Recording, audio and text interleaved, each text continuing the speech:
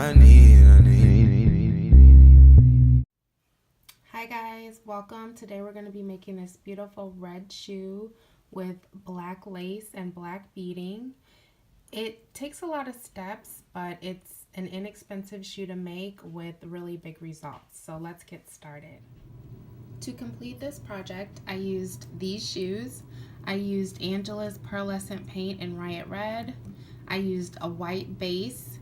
I'm going to use satin finisher, and then I also embellished the shoe with some black lace.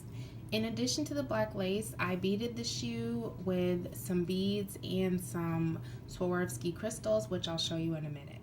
For the lace beaded portion of the shoe, I used Fabric Tack permanent adhesive, E6000 glue for the beads to go onto the lace, and then I used 3 different sizes of beading. I used 2 mm, 4 mm, and 5 mm. These are the shoes. These are courtesy of my mom. She observed that I usually decorate shoes that are of a smaller size because my shoe size is small, and she wanted some representation for all the guys and the girls who wear a larger shoe size. So these are a size 10. I'm going to be painting on fabric today. I don't know what your starting point is. If you're starting off with a red shoe, obviously you don't need to paint it. But if you're starting off with a different surface other than fabric, you can go to my channel and there's a playlist that's titled Shoe Transformation, and it has a tutorial on all the surfaces that I've painted on so far and how you need to prepare them. These aren't particularly my style, and I just wanted to show you that you can take any shoe and turn it into anything that you want with a little bit of paint, care, and elbow grease. It's super easy. So the first thing I'm going to do, like I said, is paint this. I'm going to show you how to do that. The first thing I did was I tested the shoe, and hopefully you can see this here. It's hard to see because this is a floral print, but I took some of the the red paint, and I just painted a patch right here on the shoe, and it seemed to stay. It's not scratching off. You can still see the floral pattern, so I did it for 2 reasons. First, I wanted to see if the paint would stay, and second, I wanted to see if I actually needed to put a base coat before I painted the shoe red. And for me, I decided yes, because I can still see the floral pattern under one coat, but again, that's personal preference. My shoes have been taped off, and now it's time to start the painting process. My first step is going to be to take some of this white paint and just apply it to the shoe. And where you start, it doesn't really matter. I'm just going to start right here and just apply the paint. This is the shoe after 1 coat of paint. I can still see the floral print, so I'm going to keep going. I'll show you after coat 2. This is coat 2. I will show you what it looks like after coat 3. This is what the shoe looks like after 3 coats of primer. I am going to add the red paint.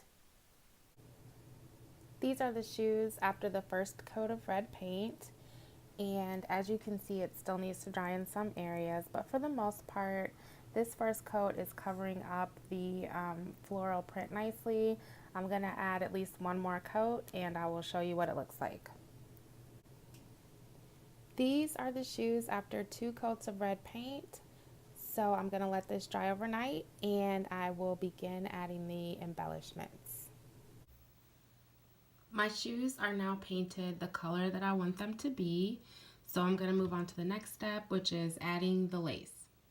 So I have a pretty long piece of lace, and I know that I want to use these scalloped edges. Let me adjust this a little bit. So I want to use these scalloped edges, and I want them to lay on the shoe like this. Excuse me.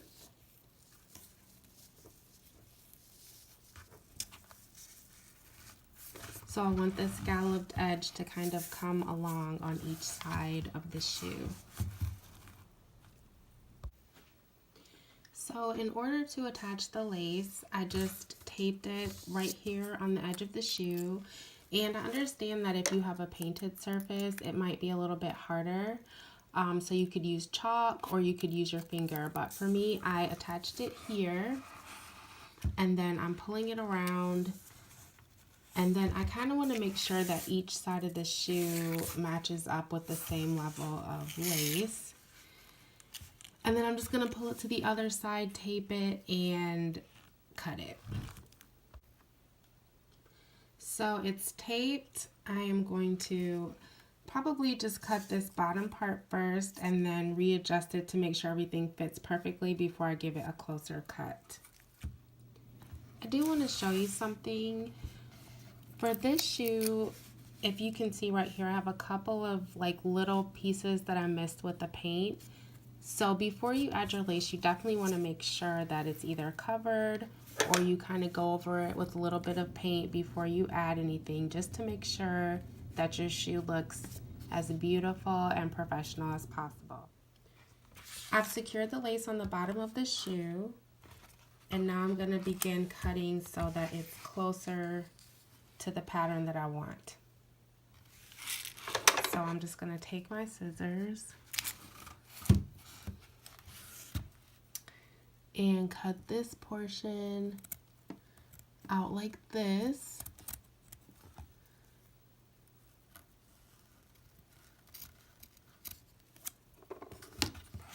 As you can see. And then I'm just going to keep cutting until I get it really, really close, and then I'll be ready for gluing. I'm going to glue from the middle moving out. So I'm just going to take a little small dot of glue, and I'm going to put it right on the edge of the lace. Hopefully you can see this.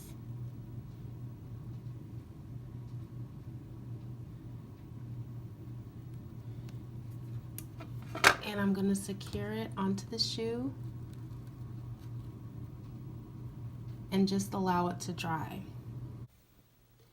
The easiest way for me to add this lace is to just add like a little dot on each edge of the lace, and then I'm going to just lay it down.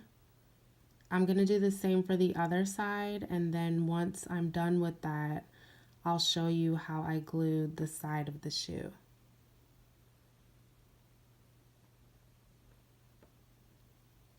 And I've never worked with this glue before. I can tell you that it took off a little bit of my nail polish, so it's really strong.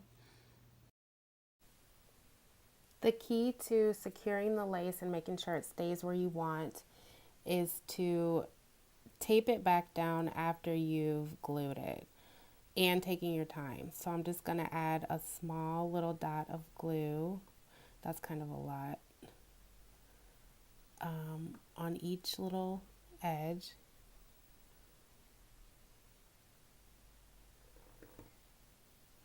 And then I'm going to lay it back down.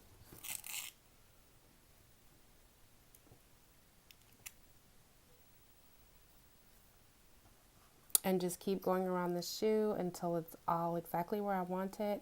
And then I'm going to tape it down.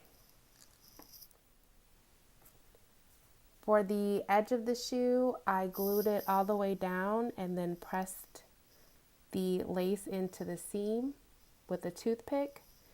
I'm going to go ahead and tape this back down and wait for it to dry. I'm going to trim the rest of the shoe, work on the back the same way that I worked on the front, and then I'll be ready to show you the beading. My next step is adding the beading to the lacing. I did want to show you that on this side of the shoe, I added a little bit too much glue. So luckily, because I'm going to be beading this edge, it will be covered, but be aware of how much glue you add. The way that you bead your shoe is of personal preference, but for me, I'm going to add some larger beads along these edges and then just detail the lace with the smaller beads. So I will show you a couple of steps, and then because it's kind of boring watching beading, I'll come back when it's completely done. I like adding my beads using toothpicks, so I just take a little bit of the E6000 and I put it like on a paper plate I just took this time I took a little card that was sent to me in the mail and cut it up into squares. And all I'm going to do is take the bead that I want, which sometimes it's better if you just like spread a couple out. These are a little bit staticky because I just got them in the mail. But you just want to you can either take the glue and place it, or you can place the glue on the bead and then place the bead.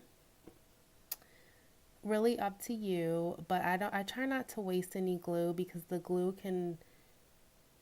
it needs to be used in a well ventilated area, and it can, kind of have like a little bit of a scent. So that's all you're doing, is just placing the bead. And for me, I'm just going to follow the pattern. So again, just taking a little tiny dotted glue, putting it here, and then I'm using that same toothpick to put the put the bead right where I want it. So I'm going to do this a couple more times and go all the way around the shoe and show you the result. This is what the shoe looks like about halfway through the beading. I've beaded the border and the toe area and added some detail. I'm going to keep going and show you the finished result. This is a look at the beading. It took a lot of work, but I really, really love how it turned out, and I will show you the final result. This is the before.